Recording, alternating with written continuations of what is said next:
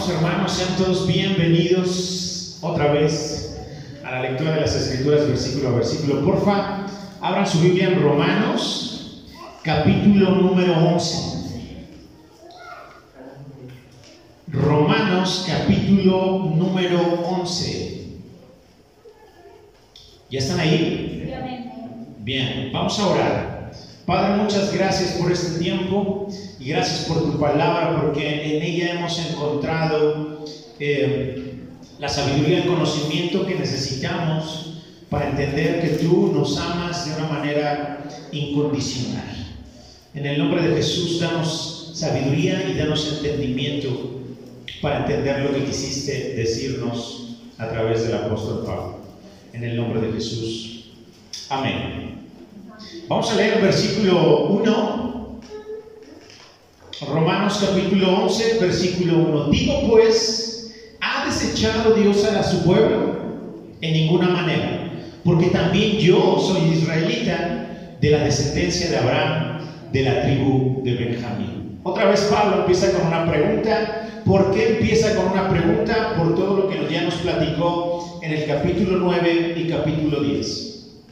Para quienes no estén en contexto, les platico rápido. En el capítulo 9 hablamos de cómo Pablo nos platicó de cómo Dios escogió al pueblo de Israel como un pueblo donde Él iba a mostrar su gloria, donde Él iba a mandar al Mesías, donde Él les dio promesas y pactos.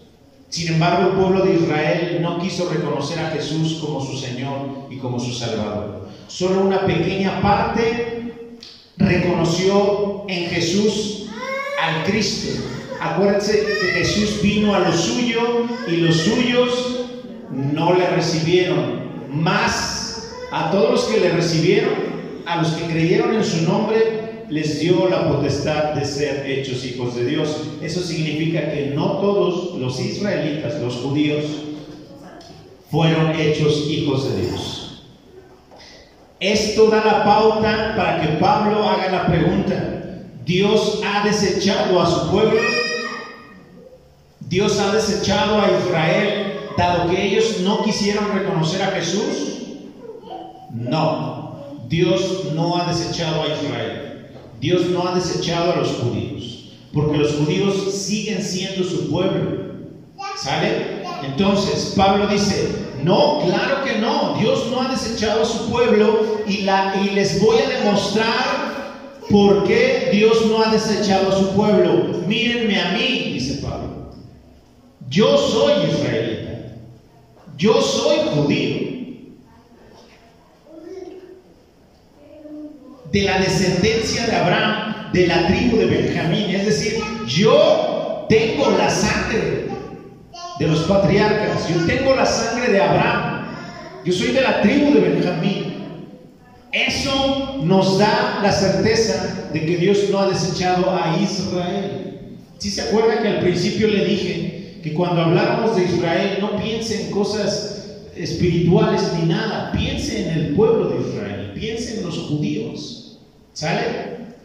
Pablo es judío y dice: claro que no, Dios no ha desechado a su pueblo, a pesar de que ha sido un pueblo rebelde y un pueblo contradictor. Dios no los ha desechado.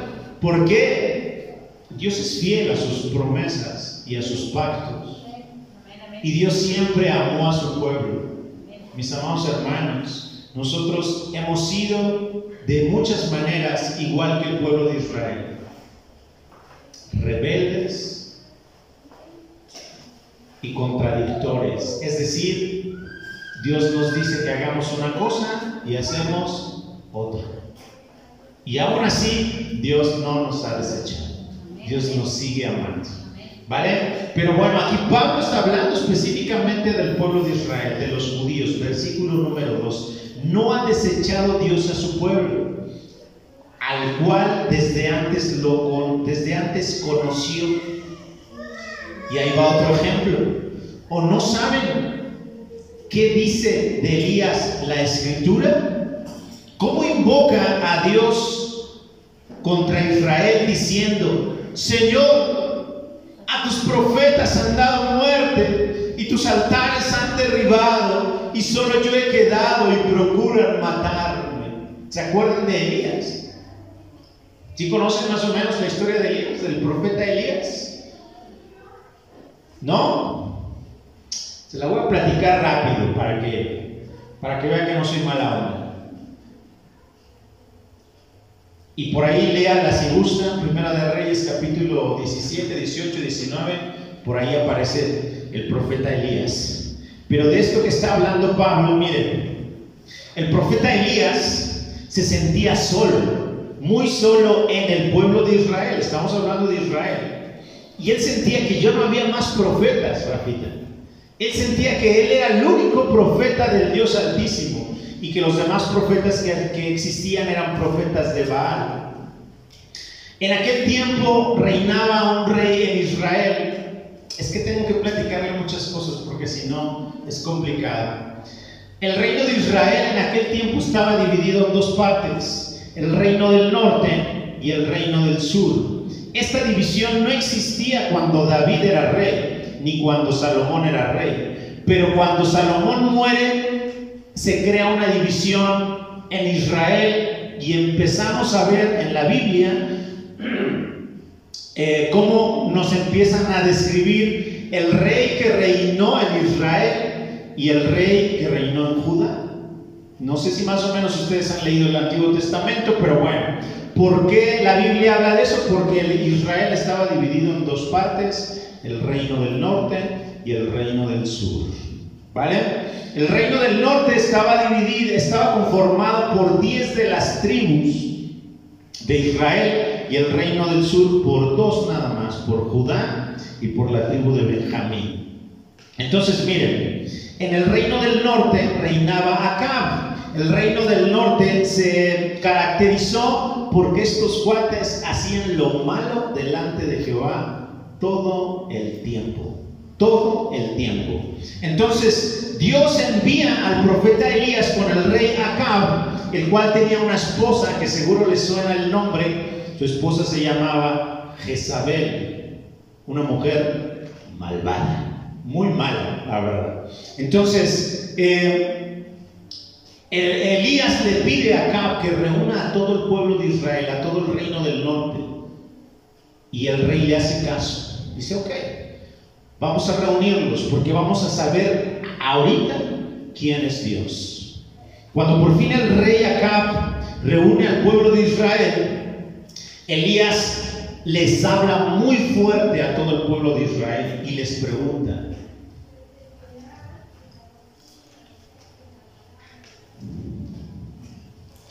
¿hasta cuándo van a seguir con sus dudas?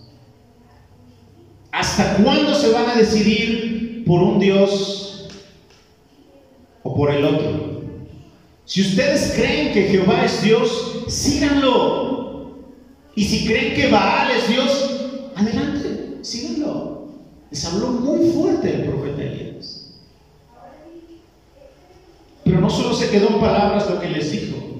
Le pidió al rey que trajera 2 bueyes.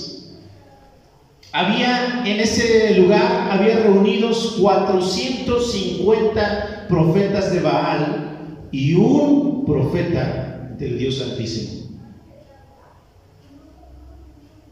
Traigan 2 bueyes, dijo Elías. Denle uno a los profetas de Baal y entréguenme uno a mí. Vamos a levantar un altar y vamos a clamar. Y el Dios que conteste, sabremos que ese es el Dios verdadero. Y ya más o menos se sabe la historia. Los profetas de Baal armaron su altar, cortaron en trocitos al buey, clamaron a Dios desde la mañana hasta el mediodía, brincaban, saltaban, danzaban, hacían circo, maroma y teatro. Y nunca se prendió ese altar. 450 profetas clamando a un Dios muerto, que no los escuchaba. Elías por ahí chistosito les dice: hey, grítenle más fuerte, a lo mejor anda ocupado, a lo mejor está descansando de tantas cosas que hace. y nunca se prendió el altar. Cuando Elías prepara su altar, les pide a la gente del pueblo de Israel que le ayuden a echarle agüita también, para que de verdad comprobaran quién era el Dios verdadero. Cuando Elías clama a Dios, Dios hace descender fuego sobre ese altar, y todo el pueblo de Israel dice: Jehová verdaderamente es Dios. Y lo que hicieron fue que degollaron a todos los profetas de Baal, les cortaron la cabeza. Terrible.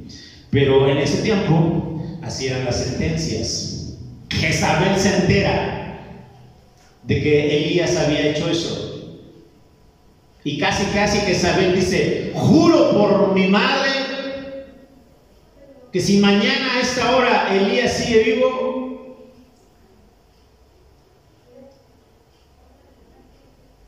que me vaya a mí como me vaya, pero yo lo mato, dice Jezabel. Yo lo mato. Lo que hizo Elías fue huir inmediatamente. Cuando se enteró, huyó. Y en esa huida, él estaba súper deprimido. Un profeta de Dios súper deprimido, ansioso, diciéndole a Dios: ¿para qué nací? Quítame la vida de una vez. ¿Qué sentido tiene que yo siga aquí? Yo soy el único profeta que queda. ¿Por qué estoy enfatizando esto? Porque Pablo justo nos va a hablar de este tema, que a veces pensamos, mis amados hermanos, que somos los únicos que ya buscamos a Dios, los únicos que le adoramos, los únicos que estamos realmente buscando a Dios con sinceridad. Y déjeme decirle que no. Dios tiene a mucha gente que lo sigue adorando y lo sigue buscando. Así que, mi amado hermano, perdónenme por la expresión, no se crea único. Dios tiene a mucha gente que lo está adorando y lo está buscando. Elías entonces se sentía muy solo. Dijo: ya me quiero morir, ¿para qué sigo viviendo? Yo soy el único que te sirve, mira, no hay nadie más.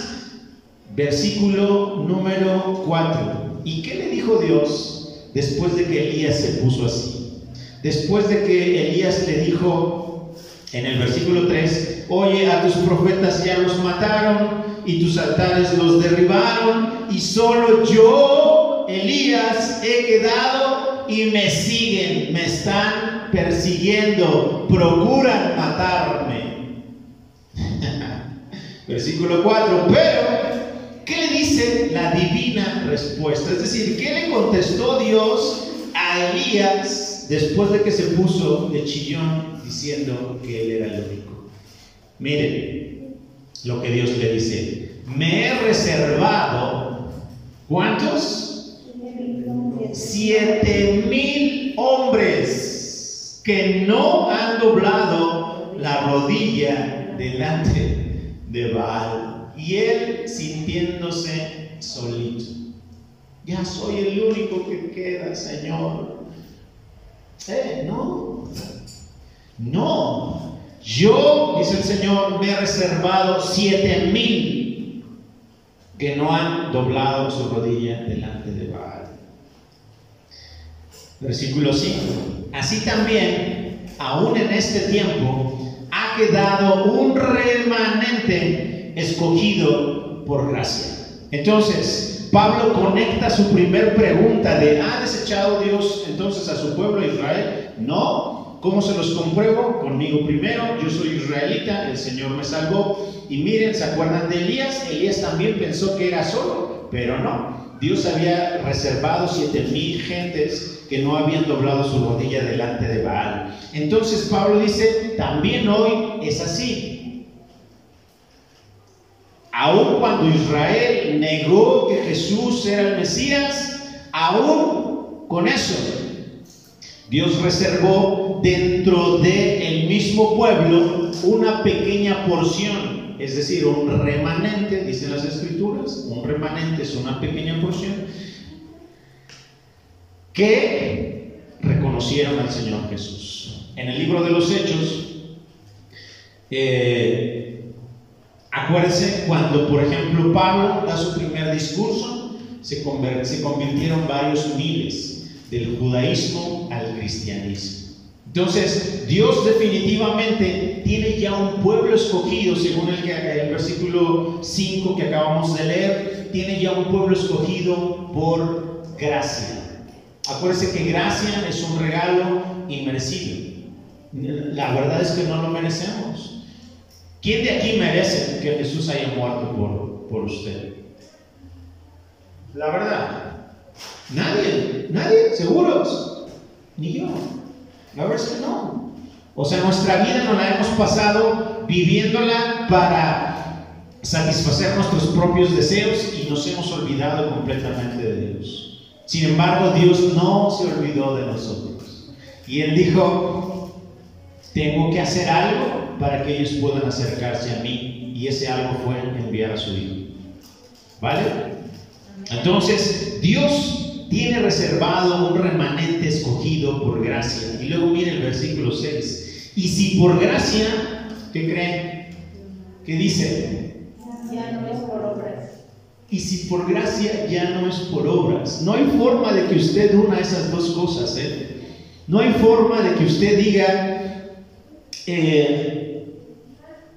voy a ser salvo como un regalo, pero voy a conservar ese regalo por medio de mis obras y así puedo ser justificado. No, o sea, ¿es por gracia o es por obras? Por gracia. Pero no puede ser por las dos cosas. El problema de que sea por obras, mis amados hermanos, ya lo hemos platicado mucho, es que uno se empieza a gloriar. Imagínate, Rafita, que tú guardas los 10 mandamientos al 100%. Pero volteas a ver a tu hermano Nelson, que se equivoca y peca, y dices, yo sí guardo los mandamientos, pero aquel pecador no. Esa expresión es una expresión de orgullo tuya, y ahí, amigo, ya quebrantaste la ley igual que yo. Entonces, por obras casi imposible, o más bien dicho imposible, pero por gracia, que es un regalo inmerecido, pues bueno, solo tenemos que aceptarlo. Solo tenemos que decir, gracias Señor por ese regalo. Entonces, y si por gracia, ya no es por obras. De otra manera, la gracia ya no sería gracia. ¿Se acuerdan lo que nos platicó Jesús? No es cierto, el mismo Pablo nos platicó ahí en Romanos. Dijo que si tú trabajas por un salario, a ti te pagan pues por tu trabajo, pero no es gracia. Sin embargo, si no trabajaste y te pagan, eso es gracia, porque no trabajaste y sin embargo te dieron un pago. Jesús también nos lo explicó con una parábola. Cuando el amo fue a recoger gente para que trabajaran en su viña, y tempranito, a las 6 de la mañana, fue y recogió a 5. Le estoy diciendo números, la verdad no me acuerdo de la parábola. Fue y recogió a 5 y los llevó a trabajar. Pero luego más tardecito, fue y recogió a otros 3 y los llevó a trabajar. Y luego ya casi al terminar la jornada de trabajo, encontró a otros 2 y los mandó a trabajar. Y a la hora de pagar, ¿qué creen? Les pagó a todos igual, Rafita. Igual. Los que trabajaron desde temprano se enojaron. ¿Por qué? Porque habían trabajado más horas. Claro. Y el que llegó casi al final de la jornada le pagaron lo mismo.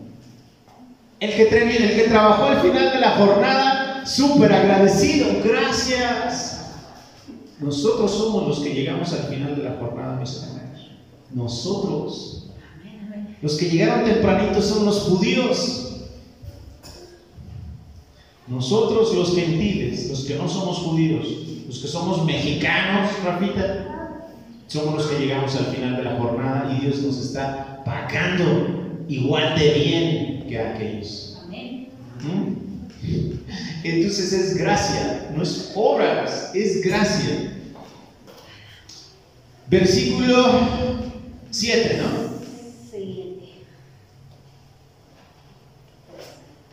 Y si es por obras ya no es gracia, de otra manera la obra ya no es obra. Bueno, este parece un trabalenguas bíblico, pero ya más o menos lo entendimos, ¿no?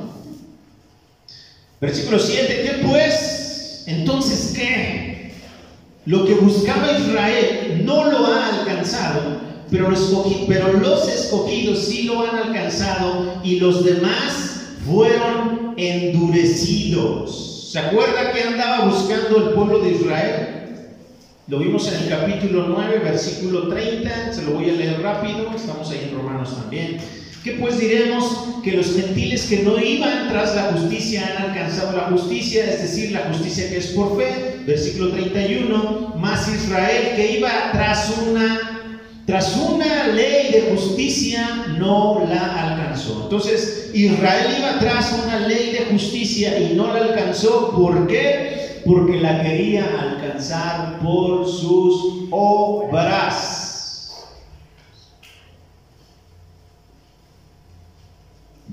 Pero los escogidos sí la han alcanzado. Mis hermanos, ustedes sí han alcanzado esa justificación. Le vuelvo a repetir, no porque usted sea el más bueno del mundo, no porque usted ya no se equivoque, no porque usted sea una persona perfecta, sino por gracia. Alguien lo amó tanto que le está haciendo ese regalo. Justificación por gracia.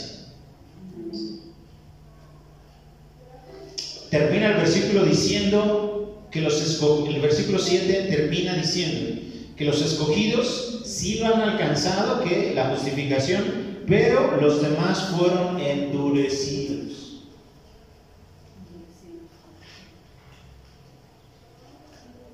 Por ahí alguien en la mañana decía que un familiar ha escuchado la palabra, pero tiene un corazón súper duro.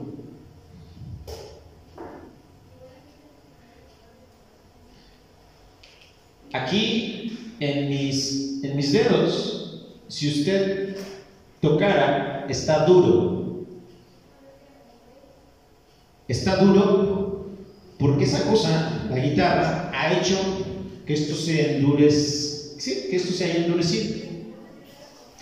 Antes de que estuviera esto duro, yo era sensible, mi dedo era sensible y al apretar las cuerdas sentía dolor. Hoy que está duro, ya no siento dolor.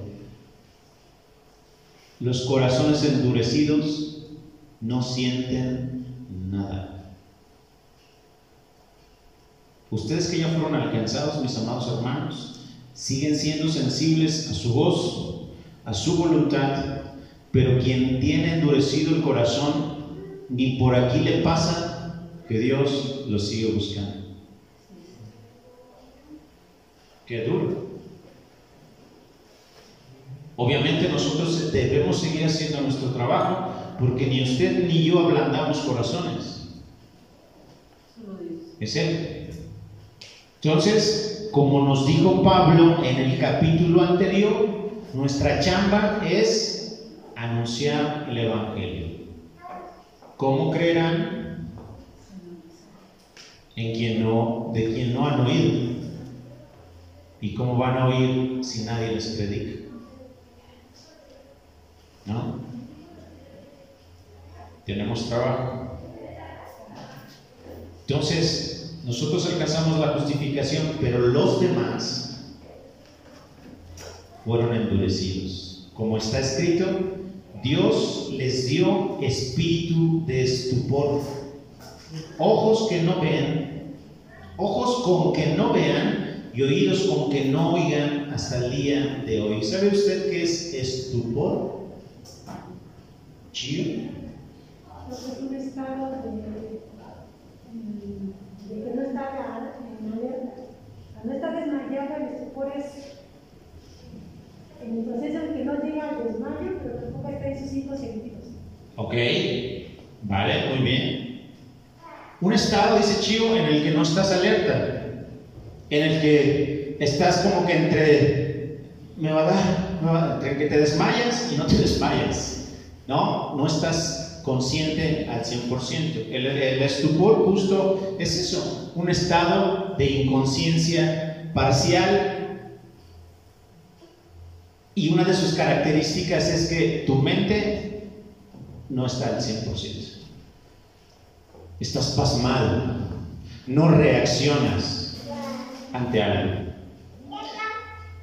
¿Alguno de ustedes ha tratado con algún ebrio alguna vez? ¿Con algún borracho?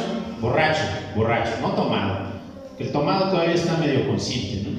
Pero el que está ebrio ya está súper inconsciente. De hecho, hay tres características o tres síntomas de que sabemos que una persona está ebria: el estupor, vómito y la deshidratación. Por allá se están riendo, no sé por qué, pero bueno. Entonces, el estupor es eso, mi amado hermano. Imagínese un borrachito que ya está tirado, por más que lo empujas, no tiene idea. Por más que la esposa le dice: ¡hey, mi vida, reacciona, ya vámonos de aquí! No te pela, no te hace caso. Ese es el estupor. Entonces, cuando Pablo está hablando de eso, está hablando justo de que el pueblo de Israel, a pesar de que tenía enfrente las cosas, ni sentía, ni se percataba que ahí estaban las cosas. ¿Cuáles cosas? Pues todo lo que vino a hacer Jesús, por ejemplo. De hecho, ahorita vamos a leer algo al respecto. Vamos a leerlo de una vez. Vamos al Evangelio de Juan, capítulo 12, versículo 37. Entonces, estupor, espíritu de estupor. Hay gente que ha hecho predicaciones de esto. Para mí no vale mucho la pena, con el hecho de que entendamos que Pablo se está refiriendo justo a que los sentidos no están al 100, no oyen, no ven. Con eso me doy por bien servido. Ya estamos ahí en Juan, ¿qué le dije? 12:37. Mire, Jesús le anuncia su muerte a su raza, a su gente, y luego en el versículo 37 mire que dice: pero a pesar de que había hecho tantas señales delante de ellos, no creían en él. Tenían un espíritu de estupor, tenían ojos y no veían, tenían oídos y no escuchaban. A pesar de que había hecho tantas señales delante de, imagínense,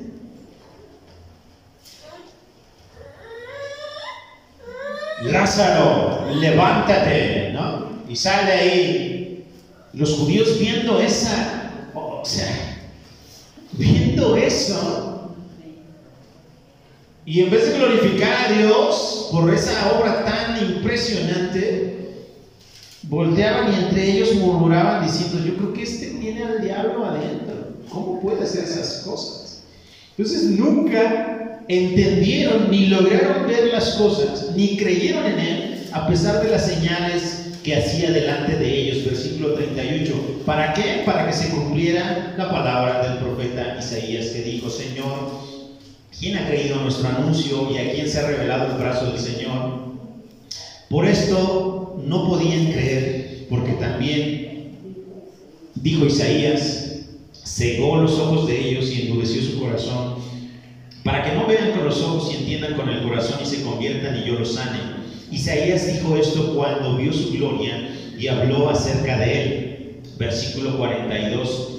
Con todo esto, aún los gobernantes, muchos creyeron en él, pero a causa de los fariseos no lo confesaban, para no ser expulsados de la sinagoga, porque amaban más la gloria de los hombres que la gloria de Dios. Hay mucha gente que ha venido a la iglesia y tienen una experiencia que no se la creen. algo hermoso. Dios los toca. No paran de llorar porque saben que se han equivocado, pero también al mismo tiempo saben que Dios los ama y quiere tener una relación con ellos, y no vuelven a regresar a la iglesia porque ¿qué van a decir? Que ya se hicieron aleluyas. Y les importa más lo que diga la gente que lo que diga Dios de ellos. Así los judíos, así estaban. Muchos creyeron porque las obras que hizo Jesús fueron impresionantes, cosas que no se habían visto en mucho, pero mucho tiempo. Después de los últimos profetas que se anuncian en el Antiguo Testamento, hubo 400 años en que no hubo palabra del Señor, en que no hubo nada.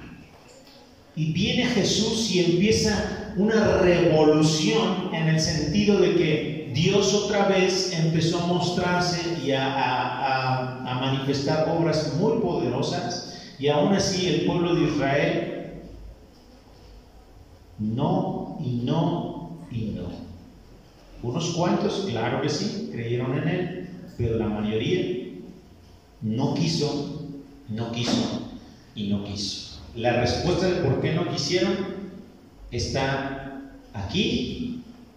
Vamos a leer el versículo 9 de Romanos 11. Ya vimos que dice Pablo que hasta el día de hoy, o sea, cuando él estaba escribiendo la carta, estos cuates tenían ojos, no veían, tenían oídos y no escuchaban. ¿Por qué? Según lo que dice Pablo, versículo 9, y David dice: si ha vuelto su convite en trampa y en red, en tropezadero y en retribución. Sean oscurecidos sus ojos para que no vean, y agóbiales la espalda para siempre.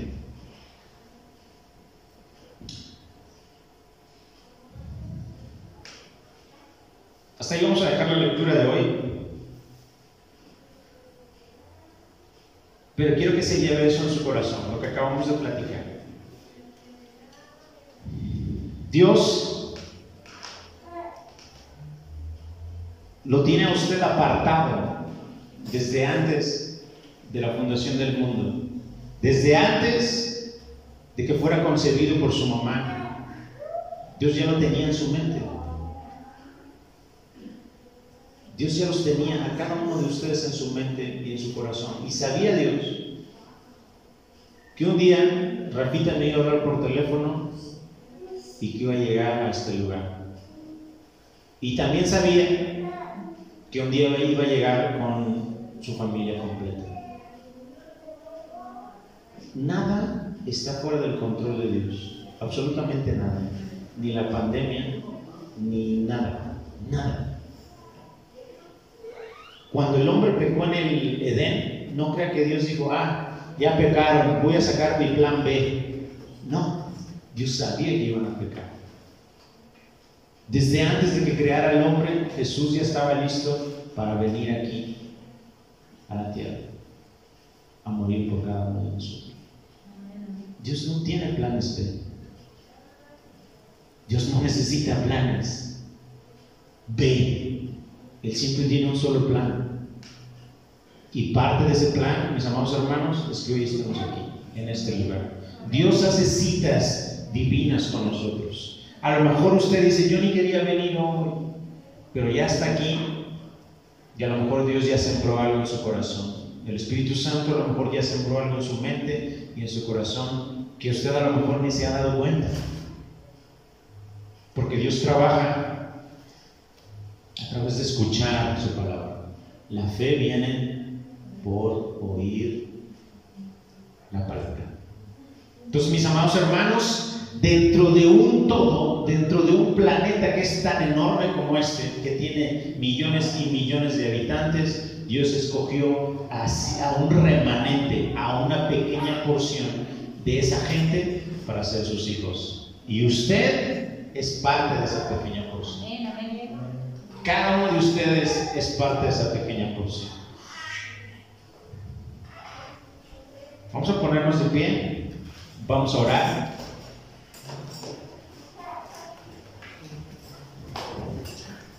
Para despedirnos.